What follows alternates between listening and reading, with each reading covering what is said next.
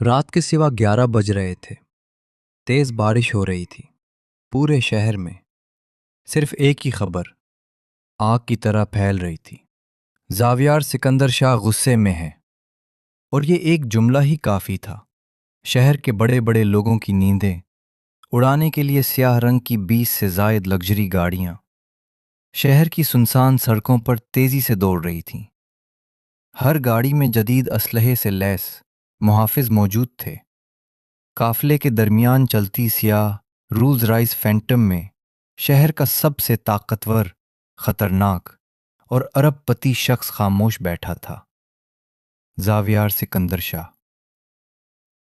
اس کے چہرے پر نہ غصہ تھا نہ خوف، بس ایک عجیب سی خاموشی۔ اچانک اس کا فون بجا۔ ریان کی گھبرائی ہوئی آواز سنائی دی۔ شاہ، ہمارے آدمیوں سے غلطی ہو گئی ہے۔ زاویار نے پوچھا پرسکون لہجے میں، کیسی غلطی؟ شاہ، دشمن کے آدمی کی جگہ ایک عام لڑکا اٹھا لیا گیا ہے۔ چند لمحوں کے لیے گاڑی میں مکمل خاموشی چھا گئی۔ زاویار نے آہستہ سے اپنی آنکھیں بند کی، پھر بولا، اس لڑکے کو حویلی لے آؤ، اور جس نے یہ غلطی کی ہے وہ صبح تک میرے سامنے ہونا چاہیے۔ زاویار سکندر شاہ، وہ شخص جس کا نام سنتے ہی دشمنوں کے چہروں کا رنگ اڑ جاتا تھا، جس کے ایک اشارے پر پورا شہر خاموش ہو جاتا تھا۔ ہوٹلز، شاپنگ مالز، بڑی کمپنیاں اور بے شمار کاروبار۔ مگر اس کی اصل طاقت کیا تھی، یہ کوئی نہیں جانتا تھا۔ لوگ صرف اتنا جانتے تھے کہ زاویار سکندر شاہ سے ٹکرانے والا کبھی سلامت نہیں رہتا۔ اسی لمحے سیاہ رنگ کی رولز رائس فینٹم محل کے اندر داخل ہوئی۔ تمام گارڈ فوراً سیدھے ہو کر کھڑے ہو گئے۔ گاڑی رکی۔ ڈرائیور نے دروازہ کھولا۔ چمکتے سیاہ جوتے زمین پر اترے۔ پھر سیاہ 3 پیس سوٹ میں ملبوس ایک لمبا، وجیحا اور روبدار نوجوان باہر نکلا۔ آنکھوں میں عجیب سی ٹھنڈک اور چہرے پر ایسا روب کہ سامنے والا بے اختیار نظریں جھکا لیتا۔ وہ تھا زاویار سکندر شاہ۔ اس کے قدم آہستہ تھے، مگر پورا محل اس کی موجودگی محسوس کر رہا تھا۔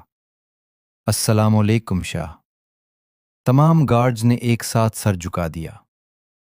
زاویار نے کسی کی طرف دیکھے بغیر اندر قدم رکھا۔ وسیع ہال میں اس کے آدمی پہلے سے موجود تھے، ہر شخص خاموش، ہر نظر جھکی ہوئی۔ زاویار آہستہ سے اپنی مخصوص کرسی پر بیٹھ گیا۔ پورے ہال میں مکمل خاموشی چھا گئی۔ چند لمحے بعد اس نے پوچھا، کس نے یہ غلطی کی ہے؟ ریان ایک قدم آگے بڑھا۔ شاہ، وہ راستے میں ہے، کچھ ہی دیر میں پہنچ جائے گا۔ پہنچنے کی ضرورت نہیں، ختم کر دو اسے۔ ہال میں سناٹا چھا گیا۔ پھر زاویار نے دوبارہ ریان کی طرف دیکھا، اور جس آدمی کو ہم ڈھونڈ رہے تھے، مالک کا خاص آدمی، وہ مجھے کل ہر حال میں چاہیے، چاہے شہر کا کونا کونا چھاننا پڑے، ڈھونڈ کر میرے سامنے لاؤ۔ جی شاہ۔ ریان نے فوراً سر جھکا دیا۔ چند لمحے خاموشی رہی۔ پھر ریان نے ہچکچاتے ہوئے پوچھا، شاہ، اس بے قصور لڑکے کا کیا کرنا ہے؟ زاویار نے بے نیازی سے جواب دیا، جب تک وہ نہیں ملتا، یہ لڑکا یہی رہے گا۔ اس سے کوئی تکلیف نہیں ہونی چاہیے، لیکن میری اجازت کے بغیر وہ یہاں سے نہیں جائے گا، سمجھ گئے؟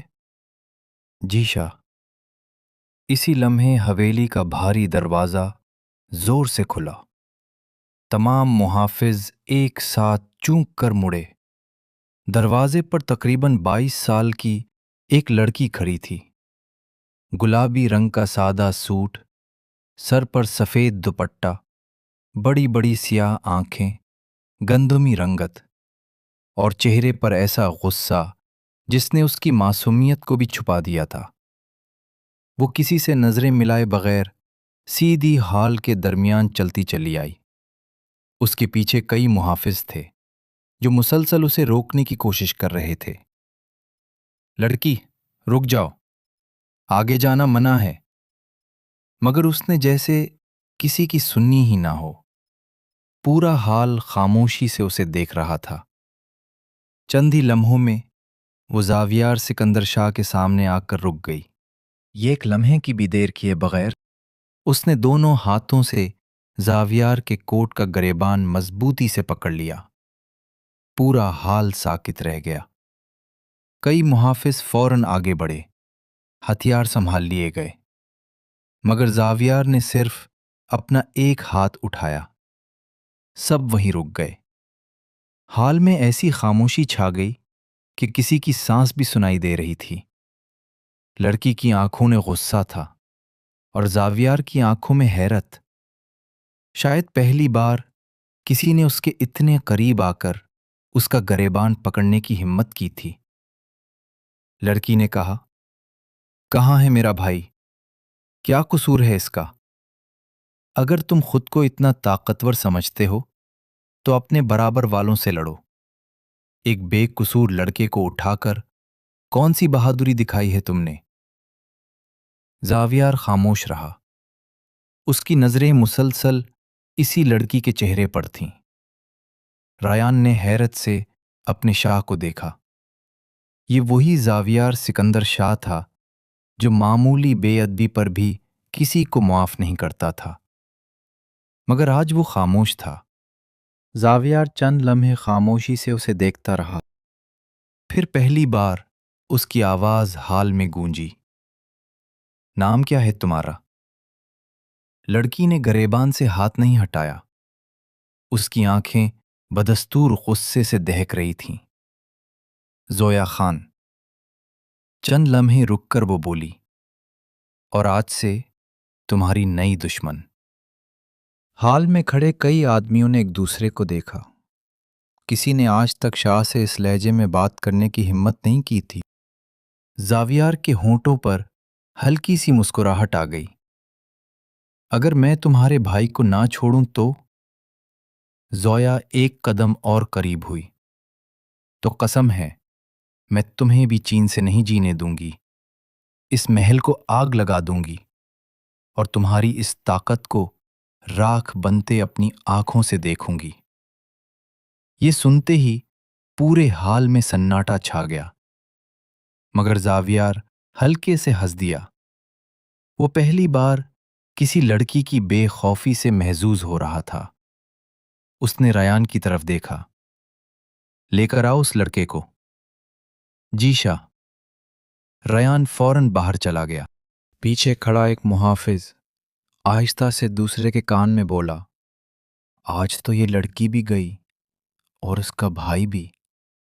چند لمحوں بعد ہال کا دروازہ دوبارہ کھلا۔ زید تیزی سے اندر آیا۔ جیسے ہی اس کی نظر زویا پر پڑی، آپی! وہ دوڑ کر زویا سے لپٹ گیا۔ زویا نے اسے مضبوطی سے گلے لگا لیا۔ اس کی آنکھوں سے بے اختیار آنسو بہہ نکلے۔ تم ٹھیک ہو نا؟ زید نے سر ہلایا۔ ہاں آپی، میں ٹھیک ہوں۔ زویار خاموشی سے یہ منظر دیکھ رہا تھا۔ نہ جانے کیوں اسے زویا کا اپنے بھائی کے لیے اس قدر بے قرار ہونا اچھا لگا۔ پہلی بار وہ چاہتا تھا کہ یہ لڑکی چند لمحے اور اس کے سامنے رکے۔ اس نے دھیرے سے کہا، تم جانتی بھی ہو، تم نے آج شیر کے پنجرے میں ہاتھ ڈالا ہے۔ زویا نے زید کا ہاتھ مضبوطی سے تھاما، پھر زویار کی آنکھوں میں دیکھ کر ہلکی سی مسکراہٹ کے ساتھ بولی، شیر ہو یا کتا، آخر ہوتا تو جانور ہی ہے۔ یہ کہہ کر وہ مڑی اور زید کا ہاتھ پکڑے سیدھی دروازے کی طرف چل دی۔ پورا ہال خاموش کھڑا تھا۔ کوئی سانس لینے کی بھی ہمت نہیں کر رہا تھا۔ زویار سکندر شاہ بس خاموشی سے اسے جاتا ہوا دیکھتا رہا۔ پہلی بار کہ کسی نے اس کی بے عزتی بھی کی تھی اور وہ اسے روکنا بھی نہیں چاہتا تھا۔ اس کے ہونٹوں پر بے اختیار ایک مدھم سی مسکراہٹ ابھری۔ وہ آہستہ سے خود سے بولا، دلچسپ زویا خان، بہت دلچسپ۔ اسی رات حویلی کی بیلکونی میں کھڑا زویار خاموشی سے شہر کی روشنیاں دیکھ رہا تھا۔ نہ جانے کیوں بار بار ایک ہی چہرہ اس کی نظروں کے سامنے آ رہا تھا، زویا خان۔ اس نے آنکھیں بند کیں اور برسوں پرانی یادیں اس کے ذہن میں تازہ ہونے لگیں۔ تب وہ صرف 10 سال کا تھا، اپنے ماں باپ کے ساتھ گاڑی میں بیٹھا ہنس رہا تھا۔ اچانک سامنے سے تیز رفتار ٹرک نے ان کی گاڑی کو ٹکر مار دی۔ گاڑی کئی بار الٹتی چلی گئی، چاروں طرف خون ہی خون تھا۔ زویار زخمی حالت میں اپنی ماں کو پکڑ کر روتا رہا، امی آنکھیں کھولیں، مگر اس کے ماں باپ ہمیشہ کے لیے اسے چھوڑ چکے تھے۔ بعد میں اسے معلوم ہوا کہ وہ کوئی حادثہ نہیں تھا، ایک طاقتور گینگسٹر نے کاروباری دشمنی میں اس کے والد کو راستے سے ہٹانے کے لیے یہ سب کروایا تھا۔ اسی دن 10 سالہ زویار نے اپنے آنسو پونچھے اور دل ہی دل میں ایک قسم کھائی، ایک دن میں اتنا طاقتور بنوں گا کہ پورا شہر میرے نام سے کانپے گا۔ اسی قسم نے ایک معصوم بچے کو زویار سکندر شاہ بنا دیا۔ دوسری طرف زویا کی زندگی بھی آسان نہیں تھی۔ وہ صرف 15 سال کی تھی جب اس کے والد ایک بیماری کے بعد دنیا سے رخصت ہو گئے۔ اس دن سے کتابوں کی جگہ ذمہ داریوں نے لے لی۔ اس نے اپنی پڑھائی جاری رکھی، اسکول میں ٹیچر بنی اور اپنی بیمار ماں زید اور نیہا کی ہر خوشی کو اپنی خوشی بنا لیا۔ وہ ہمیشہ یہی کہتی تھی، اگر گھر والے مسکرا دیں تو میری ساری تھکن ختم ہو جاتی ہے۔ شاید قسمت بہت پہلے ہی دو ٹوٹے ہوئے لوگوں کی کہانی لکھ چکی تھی۔ فرق صرف اتنا تھا، ایک نے درد کو طاقت بنا لیا اور دوسری نے درد کو محبت۔ اگلی صبح زویا حسب معمول اسکول جانے کے لیے تیار ہوئی۔ اس نے امی سے اجازت لی، نیہا کے سر پر پیار سے ہاتھ پھیرا اور زید سے بولی، کالج سے سیدھا گھر آ جانا، کہیں رکنا مت۔ زید مسکرا کر بولا، جی آپی۔ زویا گھر سے باہر نکلی ہی تھی کہ سامنے سے آیت آتی دکھائی دی۔ وہ ہمیشہ کی طرح مسکراتے ہوئے اس کے پاس آ گئی۔ چلے میڈم، آج پھر لیٹ نہ ہو جائیں۔ دونوں ساتھ ساتھ اسکول کی طرف چلنے لگیں۔ چند قدم چلنے کے بعد آیت نے زویا کو غور سے دیکھا۔ اب بتاؤ بھی، کل آخر ہوا کیا تھا؟ زویا نے ایک گہرا سانس لیا، پھر آہستہ آہستہ سارا واقعہ سنانا شروع کیا۔ میں سیدھی اس کی حویلی گئی، سب کے سامنے اس کا گریبان پکڑ لیا۔ آیت اچانک رک گئی۔ کیا؟ تم نے زویار سکندر شاہ کا گریبان پکڑ لیا؟ زویا نے بے پرواہی سے سر ہلایا۔ ہاں۔